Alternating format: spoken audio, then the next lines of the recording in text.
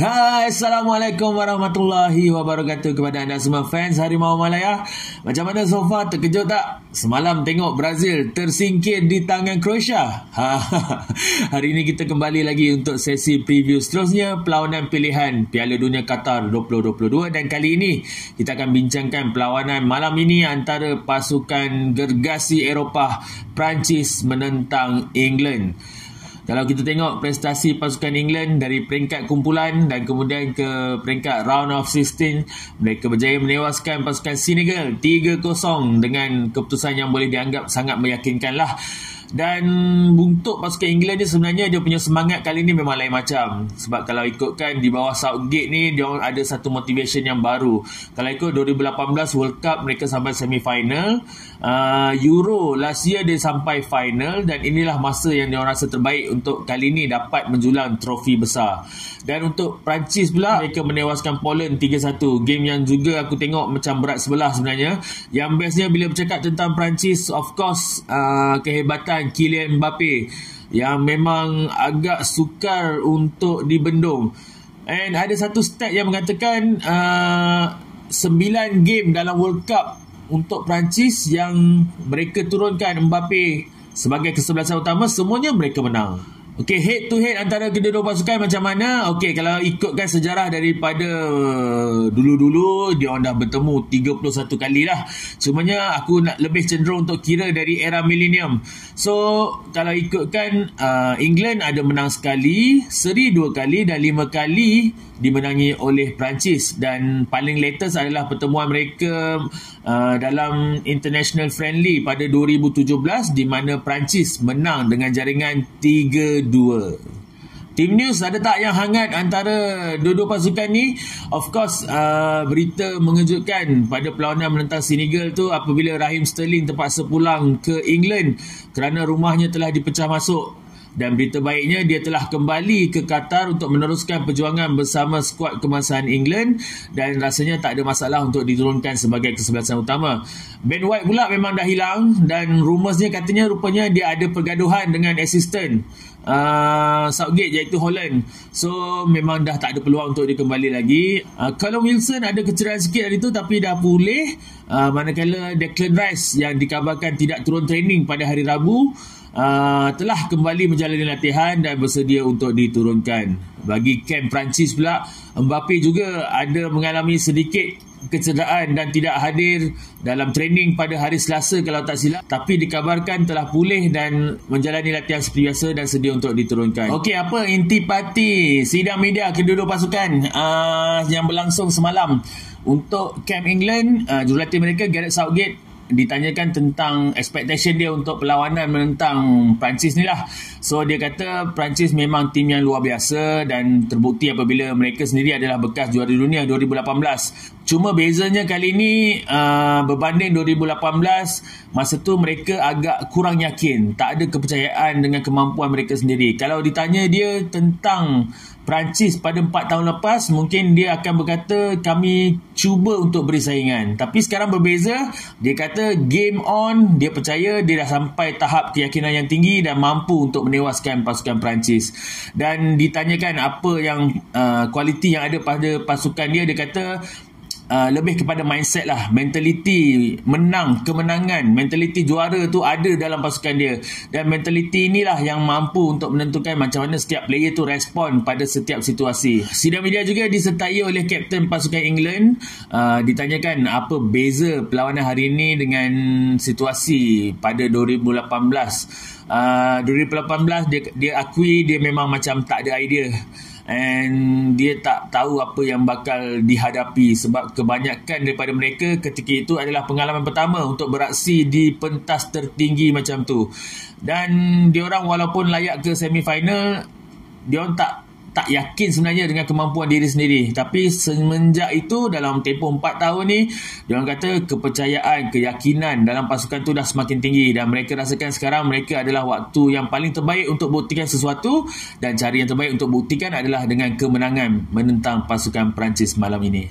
Bagi pihak Perancis pula, iaitu jurulatih Didier Deschamps, dia menjangkakan bahawa pasukan England mungkin akan memberi lebih tumpuan kepada penyerang sensasi mereka iaitu Kylian Mbappe, seperti yang dilakukan oleh pasukan-pasukan lain dalam mengekang asakan pasukan Perancis. Namun dia tetap percaya kemampuan Mbappe dan Mbappe tetap akan jadi pemain yang akan boleh mempengaruhi keputusan perlawanan.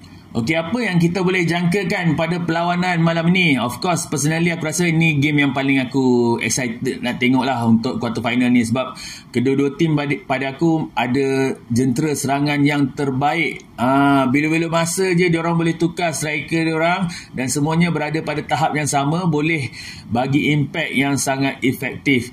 And squad depth pula dalam kedua-dua pasukan ni memang tak perlu petikai lah. Diorang macam ada dua set pasukan yang anytime je boleh menyumbangkan sesuatu kepada pasukan. So aku rasa kalau lah perlawanan berlanjutan sampai extra time pun diorang tak ada masalah. Game yang akan berlangsung malam ni sebenarnya akan tertumpu kepada macam mana barisan pertahanan masing-masing untuk bertindak untuk kekang asakan pasukan lawan. Untuk England, actually ada desaan untuk mereka kembali bermain back 3. Cumanya aku percaya sebab momentum diorang sekarang tengah baik, so Southgate mungkin akan kekalkan formasi 4-3-3 yang dia gunakan dari awal. So tak nak ganggu lah. Kalau nak kata pemain yang akan jadi tumpuan pada malam ni, aku rasa first kali adalah Kyle Walker.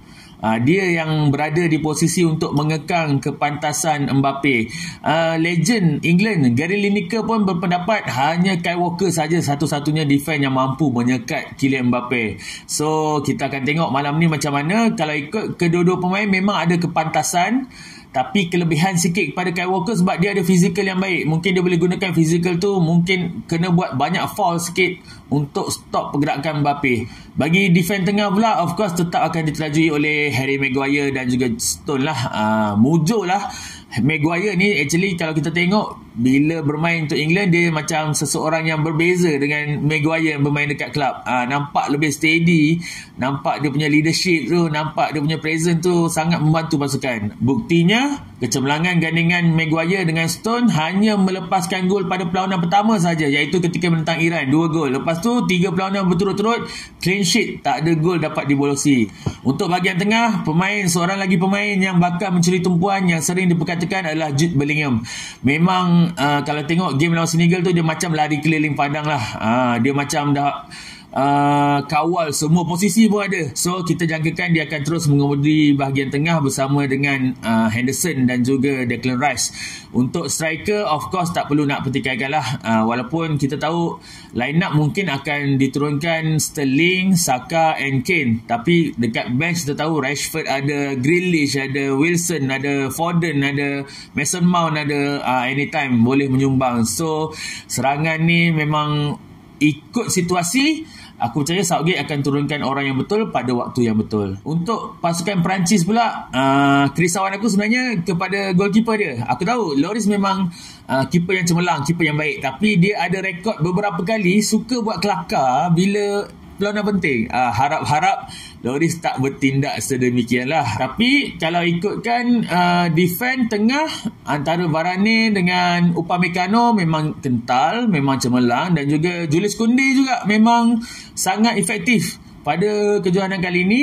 Dibantu oleh Theo Hernandez yang akan bergerak di kiri dan kanan lah. Dua ni akan main kiri kanan, so maknanya dia akan stop Sterling dengan Saka lah.